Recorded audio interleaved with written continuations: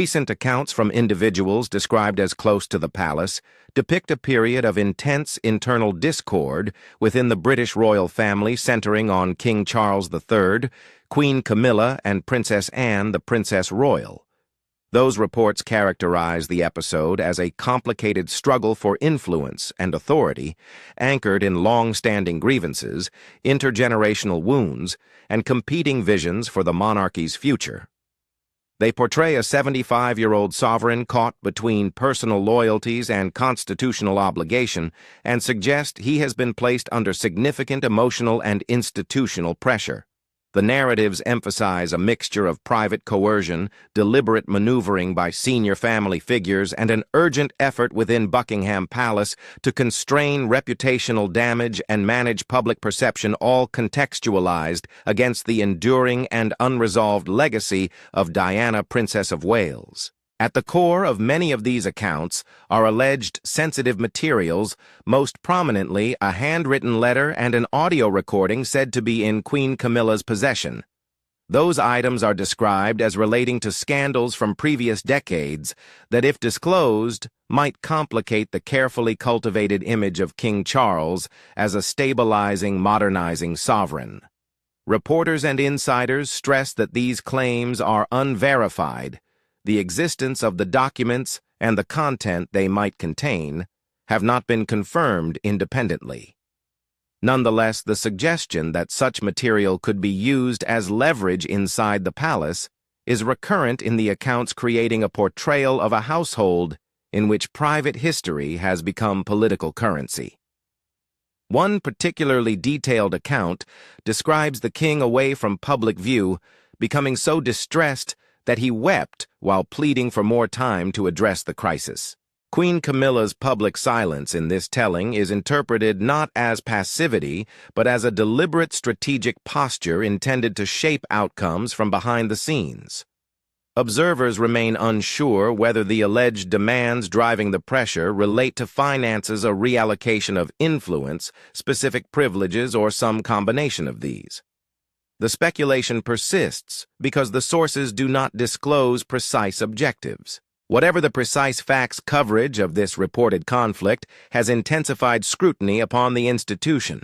Every public appearance and official statement is being parsed for telltale signs of strain, the manner of a bow, the order of procession, a pause in speech, or the absence of a senior family member can be amplified into evidence of fissure.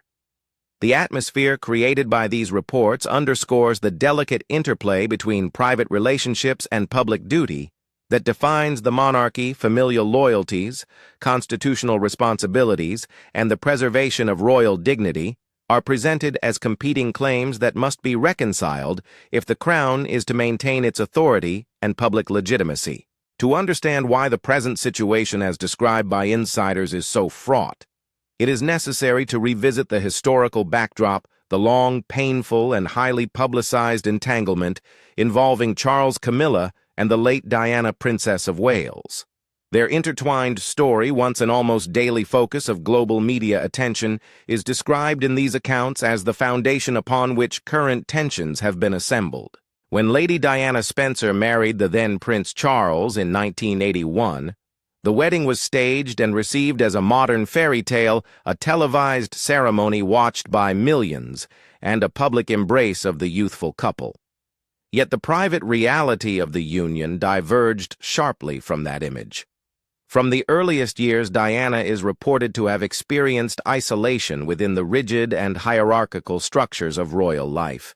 Her role, as she understood it, involved providing a suitable consort for the future monarch and producing heirs, tasks framed as integral to the continuity of the line of succession and the functioning of the institution.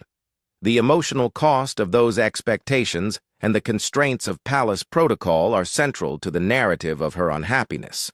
A persistent shadowing element in the marriage was Charles's continuing emotional attachment to Camilla Parker Bowles. That relationship, which predated his marriage to Diana, is portrayed in the records of journalists and biographers as never having been entirely severed. For Diana, the continuing affinity between Charles and Camilla was a source of repeated heartbreak and humiliation. She is said to have come to perceive Camilla not merely as a rival, but as a formative presence in the reasons for her domestic misery. In private conversations, and later in published interviews, Diana conveyed a sense that Charles had reserved his most genuine affections for another, leaving her with an experience of emotional marginalization. While Diana performed a composed and often radiant public persona accounts describe a private life filled with acute loneliness. She confided to close friends' aides and some biographers about the emotional distance in her marriage. She is reported to have felt invisible beside a husband whose warmth and intimacy she believed were directed elsewhere. Camilla's composure, apparent ease in understanding Charles, and capacity to meet his emotional needs are repeatedly cited as factors that helped sustain her long-term influence over him. The sequence of Diana discovering signs of the continuing relationship, secret gifts, personal notes, and items of jewelry exchanged between Charles and Camilla is a recurrent detail in contemporary retellings. Each discovery is described as reinforcing her sense of betrayal and deepening the emotional crisis in the household. One turning point often referenced is an altercation at a private gathering in which Diana confronted Camilla directly. The reportedly blunt admission, "I know what's going on between you and Charles, and I just want you to know," that is presented in many accounts as the moment when private anguish became an overt, if still contained, conflict. That exchange is frequently cited as emblematic of the shift from private suffering to public rupture, even though it occurred within a closed social setting. Diana's distress, sources say, was exacerbated by what she perceived as muted support from the broader royal institution. The royal household, sometimes referred to colloquially as the firm, is often described in insider accounts as prioritizing the preservation of public image and continuity over individual comfort.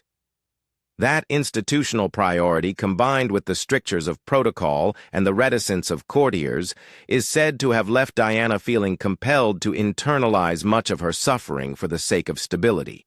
This profound isolation is often linked in biographical accounts to her struggles with depression and bulimia, as well as to a profound erosion of faith in both her marriage and the monarchy itself. The 1995 interview Diana gave to the BBC's Panorama program marked a watershed in the public understanding of the royal marriage. In that appearance, she spoke with an openness and candor that had rarely been seen from a senior royal, articulating the pressures of royal life and the disintegration of her marriage.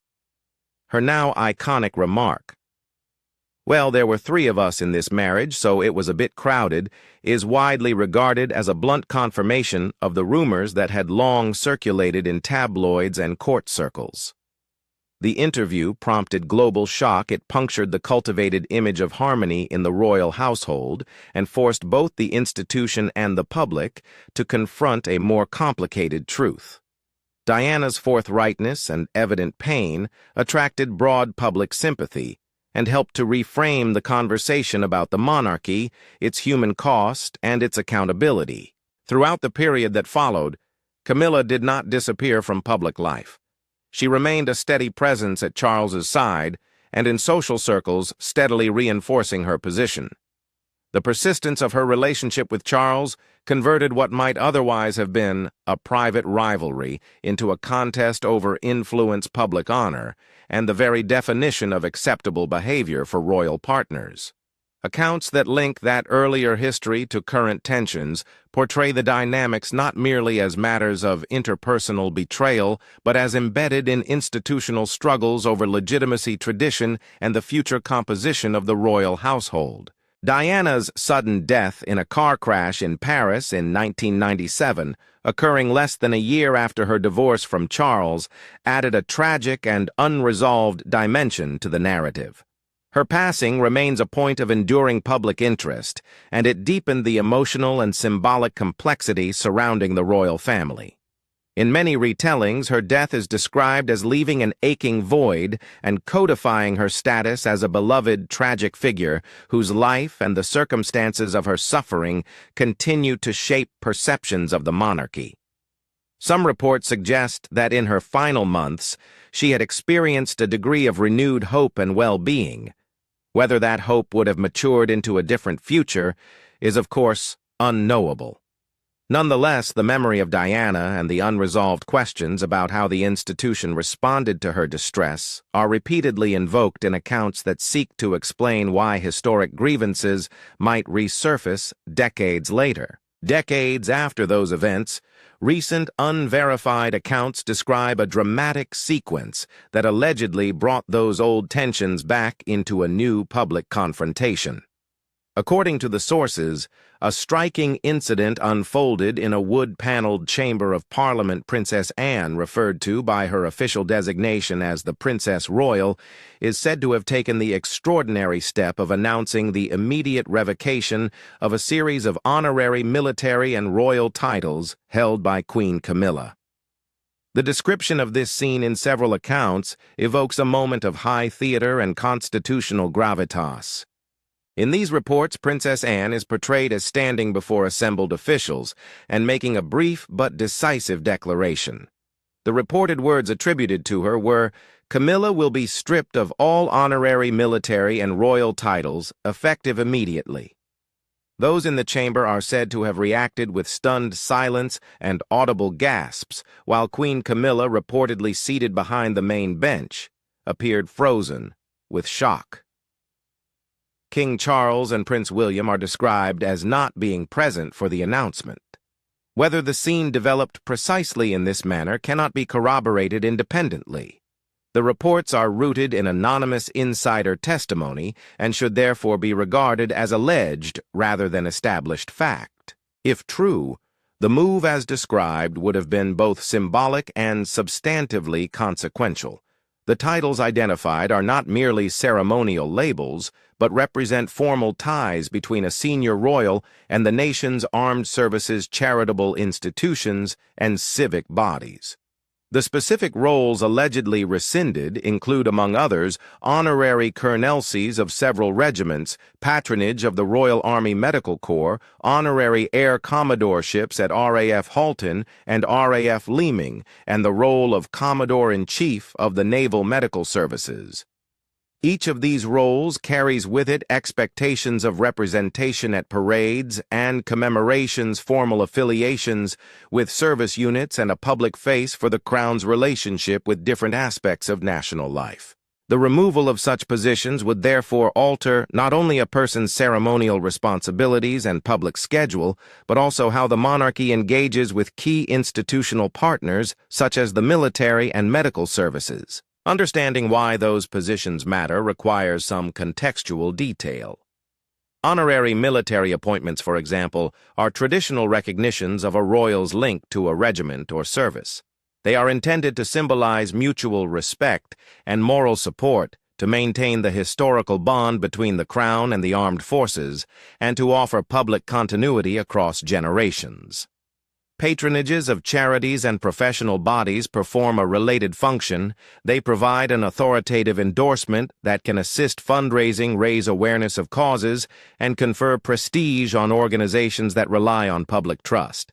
Therefore, the loss of multiple such affiliations would diminish a royal's formal presence at a range of public ceremonies, national commemorations, and institutional milestones. In short, it would materially affect the office holder's visibility, influence, and capacity to perform representative duties.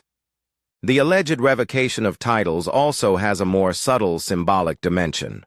Royal protocol ceding precedence at state events and the order of precedence more broadly are part of a complex codified system of dignity and rank.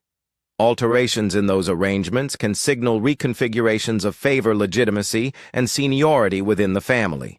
In the rigidly hierarchical world of the monarchy, a public demotion, particularly if presented as an act of principle rather than punishment, could be extremely difficult to reverse without provoking further controversy.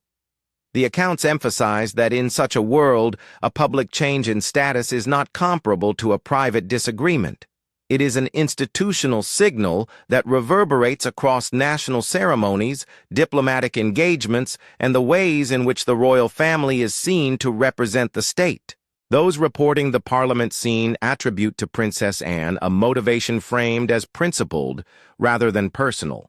She is quoted in some accounts as saying, "This is justice," and as arguing that the step was necessary to restore integrity to the crown and to uphold heritage and truth. Such language, if accurately recorded, would indicate a rationale that situates the act within concerns about the monarchy's moral and institutional standing, rather than merely intrafamilial animus. Alternatively, other observers described the move as a fulfillment of a commitment tied to the memory of Princess Diana, suggesting that symbolic restitution for past wrongs was part of the calculus. In either case, the portrayed intent was to make a visible intervention in the structure of royal authority. Insider accounts characterize the strategy behind the alleged declaration as highly calculated. They suggest that Princess Anne and a team of advisors had prepared for weeks, if not months, carefully calibrating the language and timing of the announcement to maximize legal and procedural force while minimizing opportunities for immediate reversal. Reported planning is said to have involved a close review of the legal footing and protocol implications of removing honorary titles with an eye to creating a maneuver that would be robust against challenge. Choosing Parliament as the venue for the declaration, according to these accounts, served the dual purpose of ensuring a public record and preventing the palace from containing the narrative within private channels. Making such a pronouncement in an official and parliamentary context would render it far harder to bury or to neutralize through backroom negotiation. The timing of the action is widely characterized in the accounts as deliberate. Those reporting the events claim that the move was executed precisely when Camilla's public influence appeared to be at its height, a moment when the optics of removing her honors would be especially striking. A palace aide, according to one account, described the intervention as calculated and deliberate political surgery, a phrase intended to convey both precision and the seriousness with which the actor believed the monarchy's integrity was at stake. The public dimension of the declaration was in that telling central by staging the intervention before a body of elected officials. Princess Anne would be signaling to courtiers, civil servants, and the public alike that titles and positions cannot be allowed to overshadow principle. For Princess Anne, as portrayed in these recollections, the act is framed as an assertion of guardianship over royal tradition rather than an act of revolt. She is depicted as someone who accepts the likelihood of opposition and of personal cost in pursuit of what she perceives as institutional rectitude. One reported private remark attributed to her is, "If the crown has lost its clarity, someone must step up to restore it." In the accounts, her demeanor is described as calm, resolute, and methodical, a style that some insiders argue makes her effective at making disruptive interventions that are nonetheless framed as sober stewardship. The immediate consequences for Queen Camilla in these descriptions are cast as deeply distressing. Those close to her are said to have escorted her from the chamber in near silence. The emotive language in several accounts conveys a sense of vacancy and shock. After years of a carefully managed public rehabilitation, a transformation from outsider to spouse, from mistress to a more recognized public figure culminating in the role of Queen Consort. After the accession of King Charles III, the reports suggest that she found herself suddenly experiencing a potential unraveling of the identity she had worked to craft. Her path to acceptance had involved sustained charity work, careful media shaping, and strict adherence to protocol. To see those strands threatened in a single publicly recorded moment, the reports argue was experienced as both a personal and a professional blow. Those who conveyed these accounts to reporters recall that Camilla's reaction behind closed doors mixed disbelief with a declaration that reflected both hurt and defiance. One quoted remark attributed to her was, "I am not their enemy. I was their future." Within the frame of these reports, her words express a sense of betrayal by the institution she had sought to serve and the family she had joined. That combination, personal affront, institutional challenge, and a high-publicity demotion is said to have set into motion a sequence of counter-moves. Depictions of reaction inside Buckingham Palace emphasize immediate crisis management efforts. According to the accounts, the phones began ringing incessantly once the parliamentary pronouncement became public knowledge.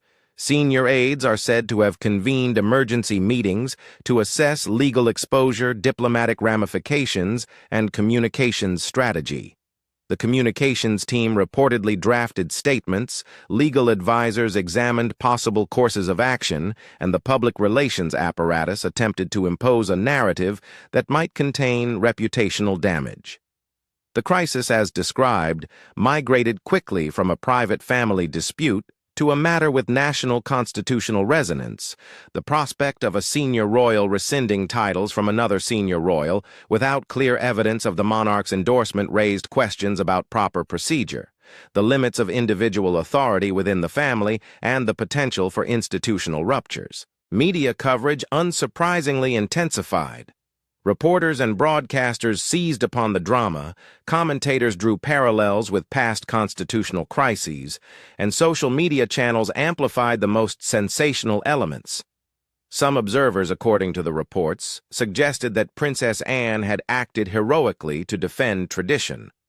Others characterized the move as an internecine family conflict that risked corrosive long-term damage to the crown.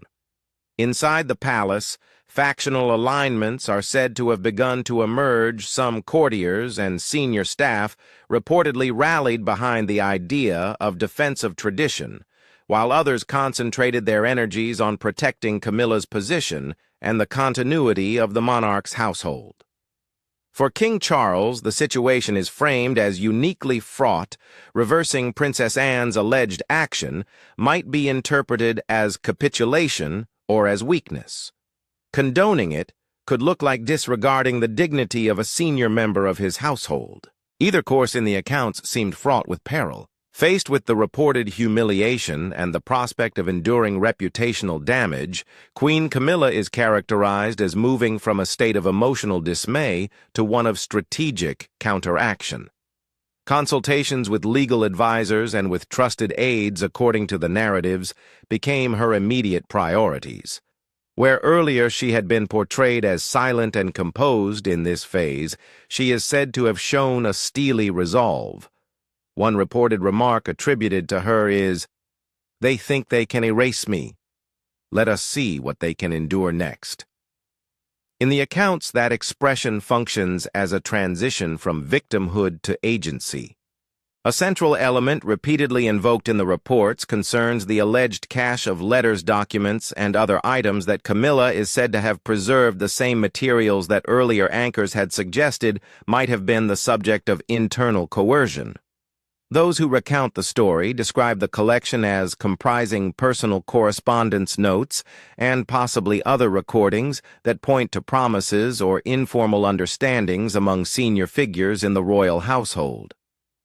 Advisors close to Camilla are reported to have warned that public disclosure of such material could catalyze institutional chaos. Whether such documents exist in the form or substance suggested remains unverified. Nevertheless, the accounts convey that the mere possibility of their disclosure constitutes leverage in palace-level bargaining. The legal terrain for contesting a revocation of honorary titles is in these accounts complex and uncertain. The removal of royal honors is described as an event with little modern precedent, particularly when executed by one senior family member without an explicit declaration by the sovereign. Lawyers consulted in the narrative reportedly emphasized ambiguities. Some argued that an honorary appointment is ultimately at the monarch's discretion. Others suggested that an action taken in a parliamentary setting might complicate ordinary protocol and raise constitutional questions. That uncertainty, precisely because it is unresolved, is represented as fertile ground for protracted legal and political maneuvering. Several legal and constitutional issues are invoked repeatedly in the accounts to explain why the dispute could become protracted. One concerns the locus of authority over honorary appointments. While many such roles are historically granted by a sovereign, the modern exercise of prerogative powers is often enmeshed in conventions and ministerial advice. Another relates to the role of Parliament. Although the House of Commons and the House of Lords do not ordinarily adjudicate internal royal arrangements, a public declaration made within its precincts could create political pressure for parliamentary intervention or for statements from the government clarifying constitutional norms. Additionally, the courts are rarely asked to adjudicate disputes that are fundamentally political or ceremonial in nature. Judges traditionally show deference to conventions surrounding the crown. Even so, the possibility of judicial review over administrative aspects or over official records is invoked as a theoretical avenue through which the dispute might be ventilated. Beyond legal counsels, Camilla's reported strategy included a parallel media campaign and a soft mobilization of sympathizers.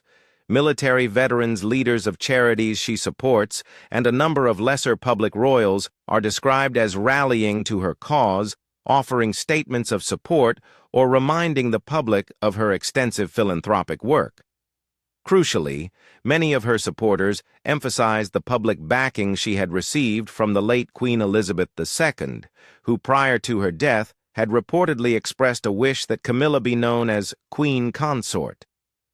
In the accounts, proponents of Camilla stressed that the late monarch's blessing should not be disregarded lightly.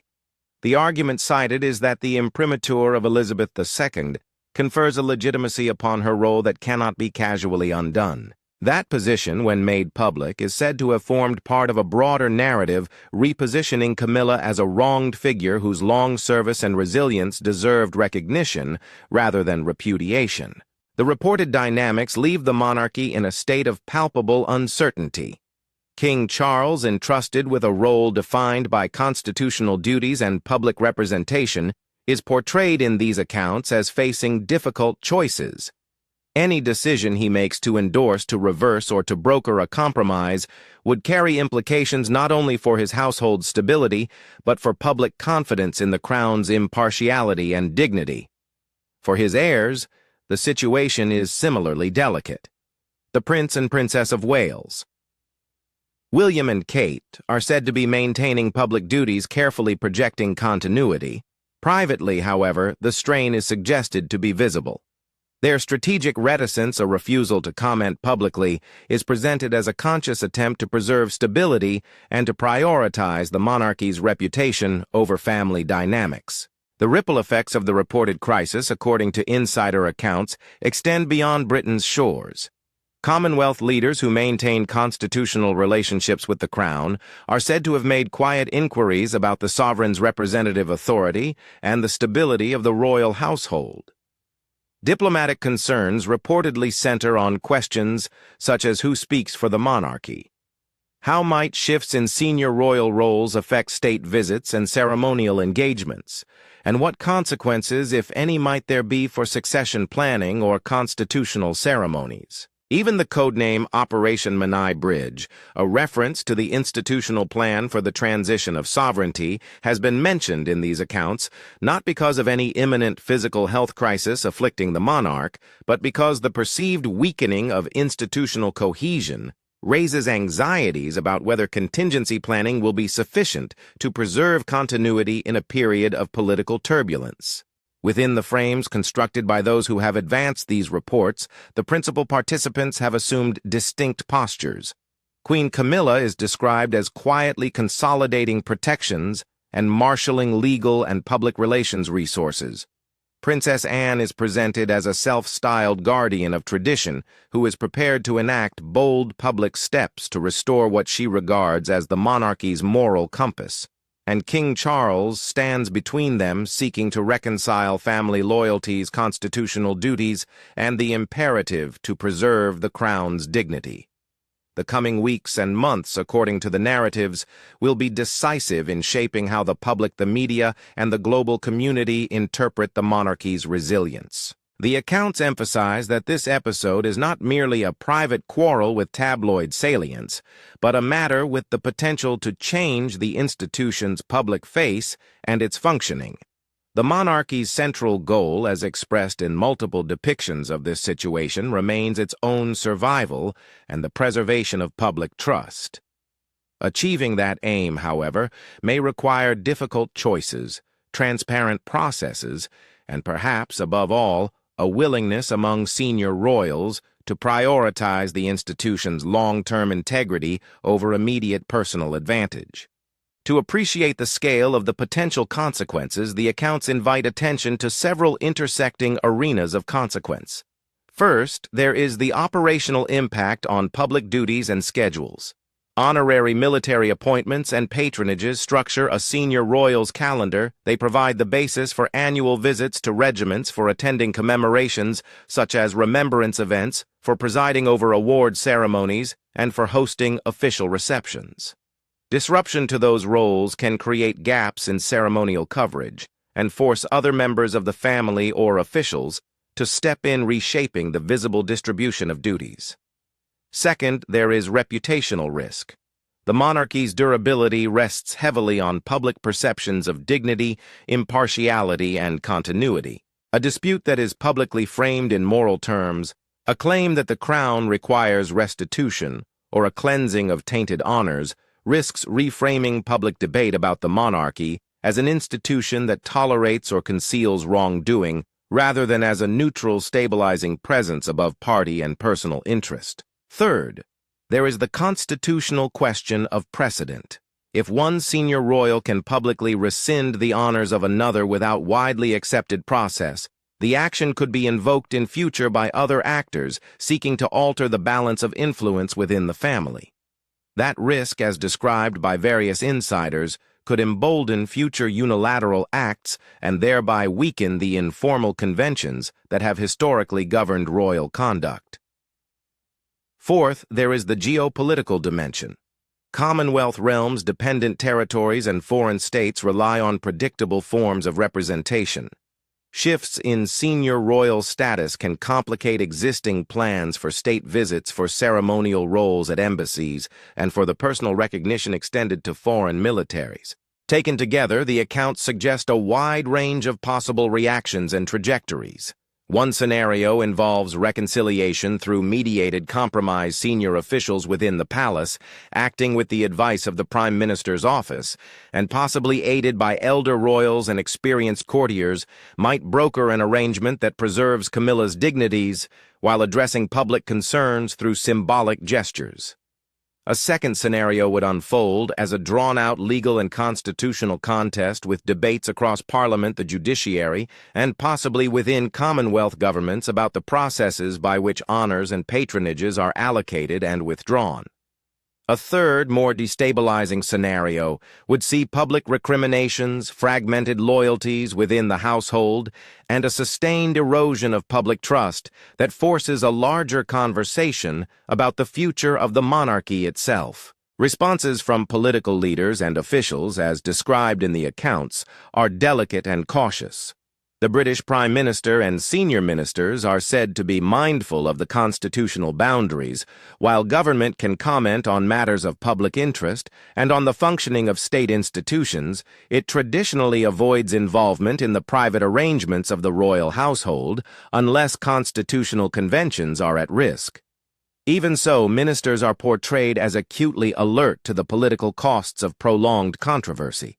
Opposition parties may be tempted to capitalize on the turmoil, and parliamentarians across the spectrum could demand hearings or inquiries if allegations of impropriety become sufficiently concrete. Public opinion, according to the narratives, is both an object of contestation and a potential arbiter.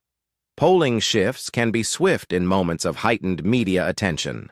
A sustained perception that the monarchy is riven by scandal or incapable of resolving its internal disputes may lower confidence and fuel Republican sentiments among segments of the public. Conversely, a credible demonstration of decisive and principled action that restores public trust could stabilize the institution. Within these accounts, both sides of the familial rift are portrayed as attentive to the optics of their decisions, seeking not only legal or procedural advantage, but also the shaping of public narrative. Those propagating these reports further draw attention to historical parallels and differences. The abdication crisis of 1936, for example, is sometimes invoked as a precedent for the monarchy's capacity to survive internal upheaval, but commentators stress that the constitutional landscape has changed markedly. Since then, the sovereign's political role is now strictly circumscribed by convention. The media environment is instantaneous and global, and the Prince and Princess of Wales have cultivated an image of modernized, service-oriented royalty that expects a degree of transparency rare in earlier eras. The contrast is used to underscore that while the monarchy has weathered crises before, the present combination of personal history, media intensity, and constitutional ambiguity is likely to test contemporary conventions in novel ways. It is also worth noting the particular reputations and dispositions of the principal actors. Princess Anne, long regarded within and outside the family as a tireless public servant and a person of stoic reserve, has a track record of disciplinary exactitude and a reputation for putting duty above sentiment. Those aspects are marshaled in the accounts to explain why she would undertake such a dramatic step, not out of spite, the narratives insist, but from a conviction that institutional norms required enforcement. Queen Camilla, by contrast, is portrayed as having pursued a path of steady public service and relationship building to secure acceptance. Her supporters emphasize years of charitable engagement and personal resilience in the face of sustained negative attention. That portrayal is central to the counter-narrative that frames any punitive action against her as excessive and damaging to the Crown's capacity to integrate and modernize. The accounts close with a forward-looking assessment. Whatever the truth of the immediate allegations, the episode is presented as a moment of truth for the House of Windsor. If the allegations of internal pressure, strategic coercion, and the presence of potentially compromising materials prove to be grounded, in fact, the repercussions could be profound. Long-standing tensions would be validated, fresh fissures could open, and public confidence in the monarchy's capacity for self-governance and discretion might be undermined. If instead the reports overstate or misinterpret the private maneuvers of a family under strain, the episode may eventually be remembered as a period of exaggerated panic and media amplification. Either way, the narratives that have emerged capture a pivotal moment in which personal history, constitutional convention, and political calculation are reported to be colliding in a manner that threatens to reshape perceptions of the House of Windsor for years to come. Prognostications based on the accounts vary. Some insiders believe the situation will stabilize through careful management and the reassertion of sovereign authority. Others foresee a drawn-out contest that could require formal clarification of the processes that govern royal patronages, perhaps prompting parliamentary scrutiny or the creation of clearer administrative mechanisms for the allocation and revocation of honorary roles. A further possibility suggested is the acceleration of internal reform. The palace might decide to streamline the number of public roles held by working royals, thereby reducing the scope for disputes over patronages and making duties more transparent. That kind of modernizing impulse, the supposition goes, would aim to protect the Crown by simplifying its public architecture and curbing opportunities for internecine conflict. Whatever path materializes, the immediate imperative, as articulated in the accounts, will be to minimize harm to the institution while addressing the underlying grievances that have been allowed to persist. For Charles, whose reign is watched for how he balances tradition and change, the choices will test not only familial loyalties, but also his capacity to preserve the constitutional neutrality and dignity of the Crown. For Camilla, the crisis, as described, raises questions about how an individual who has undergone a years-long process of rehabilitation within the public eye can be protected against sudden, reputationally ruinous moves.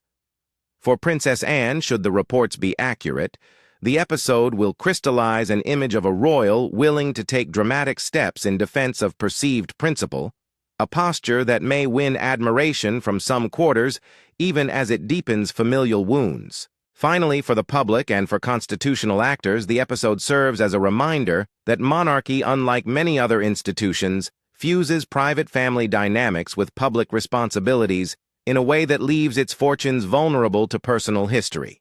The juxtaposition of intimacy and statecraft that defines the royal family means that unresolved grievances, if allowed to metastasize, can have consequences far beyond the domestic sphere. The accounts that have been circulated thus place a premium on the processes by which such grievances are addressed, transparent rule-bound mechanisms that can reconcile private and public imperatives are presented as preferable to ad hoc high-profile interventions. As the narratives stand now, their veracity cannot be independently settled in the public domain. Yet the contours of the story they tell have already shaped perceptions. They have prompted questions about the concentration of influence within the royal household, the boundaries of permissible action for senior family members, and the means by which historical injustices or perceived slights may be redressed. In the end, the episode, whether accurately reported or not, underscores a central truth about constitutional monarchy in the modern era. Its survival depends as much on its capacity to manage and, when necessary, to reform its internal arrangements as it does on its ability to perform ceremonial and symbolic functions for the nation.